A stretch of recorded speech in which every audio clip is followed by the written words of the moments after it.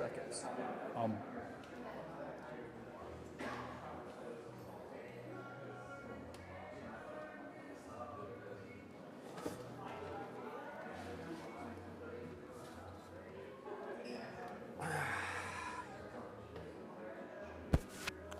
I should probably. Oh, I'm already on. Yeah, you're already on. We're And already we're on. We're on. We're on live. We're live. Southern Grace Distillery Founders Day. Why is that important? It's about their 10-year celebration coming this fall. Charles, did you know it's been 10 years already? Yep, 10 years since we made our first bottle of liquor. Oh my gosh. Yeah, in September, yep. Oh my gosh. That means you're getting old, dude. That means I'm 10 years older. Because, you know, Sebastian, I remember I was sharing this with Alan a little bit ago. So the very first time I met him and Leanne was at a ribbon cutting that they had up there at the restaurant. Yeah. And then we had an interview with Leanne up there, but then we made our way down here for I don't remember exactly what it was, but I remember that. And has that been 10 years? That was probably 8, because we started with 2 years before we moved out here. So we've been here 8 years. Okay, so 8 years ago. But still, wow. It's amazing. Hey folks, we're in Mount Pleasant, North Carolina. If you've not heard or know about Southern Grace Distilling, so now they've been out here 10 years now, and we're here with Sebastian Correa, master distiller. Well, mad scientist and all, you know. So we got the lowdown from Thomas. Yeah, he's got a degree in mad scientist. Yeah, but anyway, so hey man, thanks for having us. Oh, out. of course, anytime. Yeah. So how's it been? I mean, it's been a little while since we've been here. Yeah. You guys are in the middle of this grand opening weekend that's going to happen tomorrow. Yep. So tell us a little bit about, maybe touch on that, and maybe then about what we got here, and we'll just Yeah, kinda go. so we've been busy doing renovations here, our gift shop. But while they're busy over here doing renovations, gift shops, I've sort of been busy trying to come up with new releases of some of our products. Releasing 4 products tomorrow. 3 of them are bourbons, and we just couldn't pick a better weekend to let everyone see our new gift shop and bar here, and let them try some of our new batches that we have coming out. Wow. So we heard about this. It was a very fast. It was a long time coming. Yeah. And then it happened. 5 weeks. Wham, bam, and here we are. Yeah.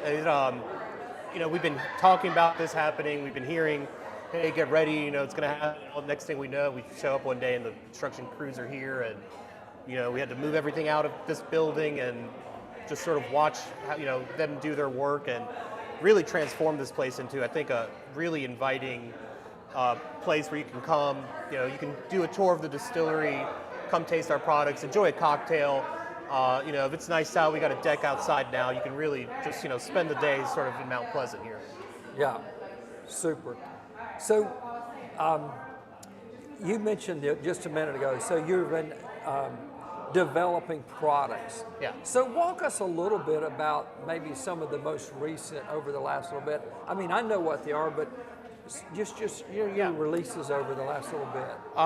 So we've done a few cask finishes. I think our most recent cask finish that we released is a French oak cask finish. So we've just taken our old bourbon, aged 4-year minimum in a bourbon barrel, then we put it into a French oak cask. Bourbons aged in American white oak cask. French oak's traditionally used for aging wine, especially red wines. Red wine needs to settle a little bit before you drink it. And we just wanted to see what would happen to bourbon inside one of those. Your French oak casks, they're different in their chemical composition. They have a little bit more tannins, which is sort of an acid. If you're a wine drinker, the tannins is what makes your mouth sort of dry at the end. So we just wanted to see what effect that sort of, those compounds had on our bourbon. And quite honestly, that turned out I think we have about 10 bottles left of that. Sold that the whole barrel's worth in about 2 months, 3 months. Wow. We got more coming on the way, so no need to worry. There will be more. The most surprising thing to me about that is I expected a little bit of an acidity, but there's no acidity to it at all. It's actually developed more of a vanilla flavor, really creamy, which is, to me, was unexpected. Your vanilla comes from certain compounds you find a lot in your American white oak. Right. You don't really see that in this French oak. So there was just something that really kind of took me by surprise, but I wasn't complaining about it. It really made for a really good pour. Something you can, just a little drizzle of water just really opened it up. So it was a really nice product. I hope to have more of that here soon. Okay. Some of our other releases we've done, we're continually doing more double oaks. That's probably it's by far our most popular product we have. And so we always want to, we have a high bar and we want to keep, at least meeting that bar or exceeding it if possible. And then we have our third release of our Conviction finished in a toast cask also. Okay. And that's been sort of something I've always wanted to do. Before it was as popular as it is now, the toast. It just seems like it opens up bourbon to a wider range of people who they like sweeter things. Everyone likes something sweet. These toast casks really kind of gives you a little more of a sweet like flavor profile, and sometimes even a sweeter nose. So. Right. So we learned a little bit from Thomas in an earlier show a while ago. We learned about everything, the maturity levels now. So everything is above 4 years with you guys, right? Yeah. It's taken a long time, but everything is officially 4 years old now. So what's maybe the oldest thing in the rick houses now? Oh, barrel number one. Barrel number one, it went in January 9th, 2017. So that's the oldest barrel we have right now. And currently, or as of like a month ago, we probably had about 40 barrels that had just crossed over that 6-year mark. 6 years. Yeah. So Wow. you thief that every once in a while? I haven't hit barrel number one. It's probably been about a year, so I haven't tasted it yet. But last year was delicious. But we want to see how it tastes like. Let's make that our 10-year release and see what that tastes like then. Wow. That would be a special one. That would be a special. Yeah. So what do we have here? What do So we have this a is pour of our today? release of the toast that just released today. Spent, like I said, 4-year minimum in our bourbon barrel, and then it's about 14, 15 months in the toast barrel. In the toast barrel. Yeah. Wow.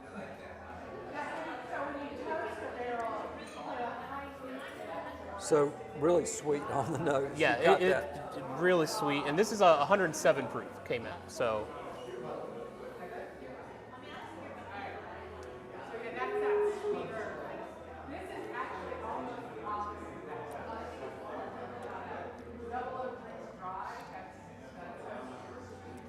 It really is amazing the differentiation.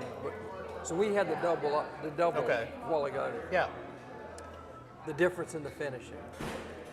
The double a little more drier than this. Yeah. This is like wet and juicy, right? It is. It is. We when we do tastings here, we like to do the double oak first, then the toast, because they're complete yeah. opposites. And it's just watching sort of people pick up the different notes in there. It's just I enjoy seeing it. But yeah, this is just really sweet. It opens up. We were trying to figure it out earlier. It's almost like a stone fruit, but it's not just. It's like almost like cooked a little bit. So it's like a jam or some sort of marmalade. I don't know if it's cherry or not, but really, really sweet open. And that toast barrel takes a little bit out of that char, a little bit of that oak that you get normally, smoothens that out a little bit, but really brings forward that sweetness. Wow. So we had the Founders that was 126, 126. right? And so this is 107, right? So I don't want to say Kentucky hug, right? Because we're not in Kentucky, right? And the North Carolina hug probably is a different kind of hug. Is this like a ghost hug? That might be. It might be what we That's have a to good call one. it. The ghost hug. It's a ghost hug. Oh, I love it. Yeah. right? Really very pleasant. So you have worked hard over the years from really day one, developing and putting things together. So what do you think's ahead for you guys? Just what's the next bar you want to hit? Or next? I would love to be able to make make a North Carolina rye whiskey. Wow.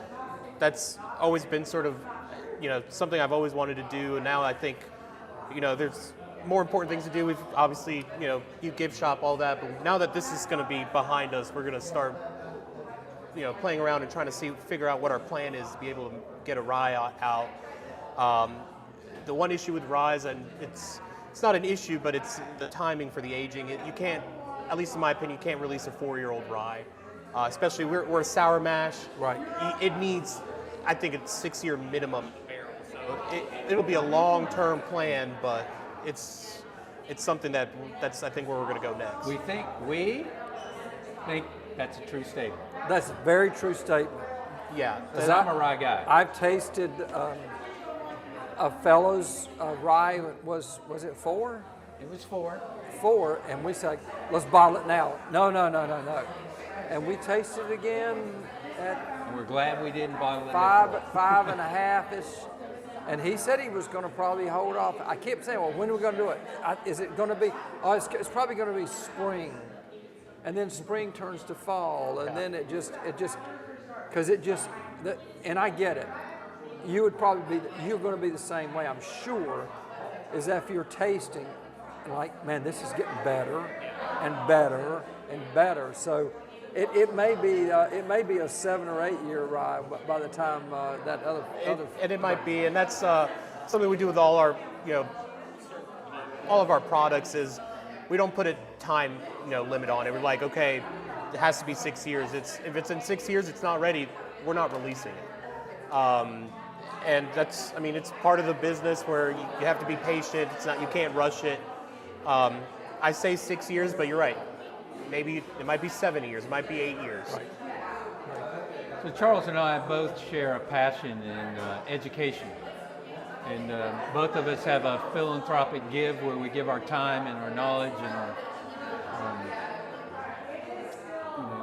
monies to education and what that is. And so you are truly educated in a background that fits the spirit world perfectly. Mm-hmm. But if I'm correct, I've heard that NC State has been out here. Yeah, they contacted me a week or 2 weeks ago. It seems like they're working on something in the spirits industry now. I don't know specifically what it is they're doing, but yes, they have been here. Right. So I want to bring that into the conversation because there's a lot of craft beer distilleries across the country. Charles and I make a joke of it, which is not a joke, that we drink our craft beer distilled. Yeah. Right? Yeah. So if I can dig back into your memory of you being in college and thinking about what that next career was, and now that you've had what I call practical experience, can you share what your education has done for what has happened at this distillery? Yeah, the education I got, it is all very technical. There is, we do sensory training, all that, but then, coming into the real world, there's always sort of a learning curve to it. And I think just at least having a basic knowledge, of the chemistry behind this, because there is a lot of chemistry involved in making this, and you can learn all of it if you want.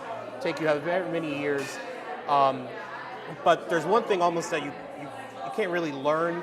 At least you have to sort of experience it, and I think that's the art form, the art aspect of making a product. What tastes good, what smells good, what sort of, when you pick up a glass and you smell it, if it smells good, it kind of makes you happy, makes, long day at work, wherever, take a sip from something like that.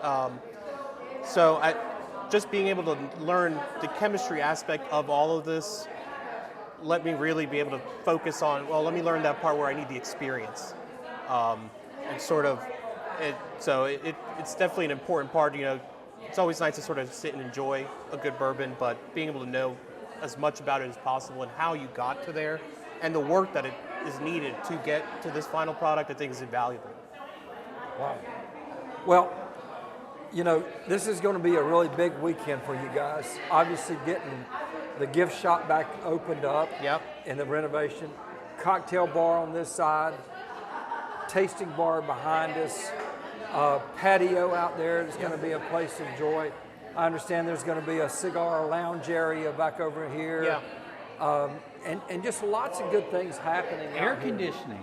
Air conditioning. Yeah.